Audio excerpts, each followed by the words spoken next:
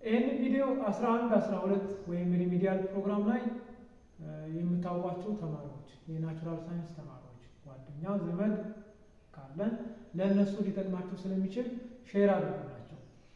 11ኛ ክፍል ላይ ሉዊስ ስትራክቸር ያንን ኮቫለንት ሞሌኪውል ሉዊስ ስትራክቸር ድሮ ስናደርግ ለኦክሳይ አሲድስ ወይም ተርናሪ አሲድስ ሉዊስ ስትራክቸር ስኬሌታል ስትራክቸር ድሮ ስናደርግ እንዴት እንደሚሆን አብረን እንመለከት።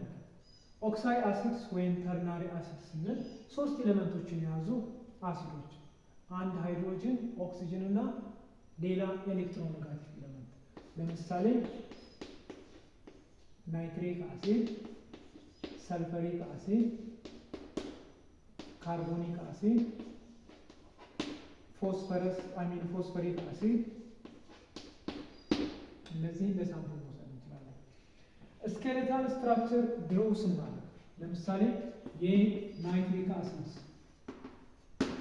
ሉዊስ ስትራክቸር አሁን ቶታል ባላንስ ኤሌክትሮን ሃይድሮጅን 1 ናይትሮጅን 5 ኦክሲጅን 3 የኦክሲጅን አተሞች አሉ 3 ሲባዛ 6 18 እና 6 24 ነው።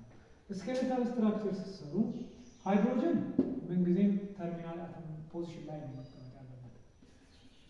ከናይትሮጅን እና ከኦክሲጅን ሴንትራል ፖዚሽን ላይ የተቀመጠው አተም የትኛው ነው?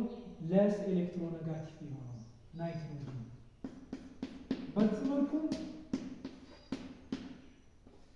የምታስቀምጡ ከሆነ ይሄ ተርናሪ አሲድ ላይ ወይም ኦክሳይድ አሲድ ላይ ሃይድሮጅን ኢት ማስት ቢ ቦንድ ዊዝ ኦክሲጅን ከኦክሲጅን ጋር ቦንድ መሆን ያለበት ኖት ዊዝ ዘ ሴንትራል አተም። ስለዚህ የናይትሪክ አሲድ ሉዊስ ስትራክቸር ስንሰራ ስኬሌታል ስትራክቸሩ በዚህ መልኩ መቀመጥ አለ። ሃይድሮጅን ከሶስቱ ኦክሲጅን አተሞች ከአንደኛው ጋር ቦንድ መሆን አለበት ማለት ነው።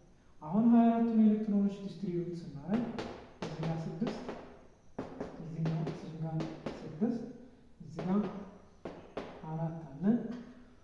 ሴንትራል አተሙ ኦክቴት አላሟላ 6 ኤሌክትሮኖች በዙሪያው አሉ። 24ቱን ኤሌክትሮኖች ጨርሰናል።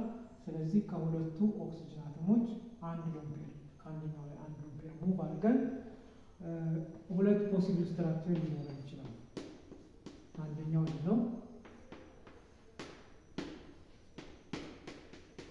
ሁለተኛው ኢኩቫለንት ስትራክቸር ደግሞ ከዚህኛው ጋር ደብል ቦንድ የሚሰራገን በዚህ መልኩ ማስቀመጥ እንችላለን። ስለዚህ ለምሳሌ የካርቦኒክ አሲድ ሉዊስ ስትራክቸር ስንሰራ ስኬሌታል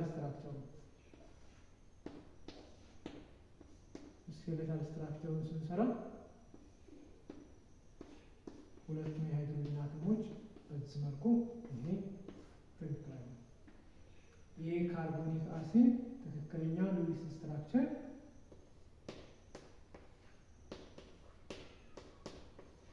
በዚህ መልኩ ሁለቱም የሃይድሮጅን አተሞች ከኦክሲጅን ጋር ቦንድ መሆን አለባቸው። እንደዚህ አይነት አስቸጋሪ የሚባሉ የትምህርት ይዘቶች ካጋጠሟችሁ ኮመንት ላይ ያስቀምጡልኝ። የተወሰነ ማብራሪያ ወይም ገለጻ አስቀምጥላችሁ።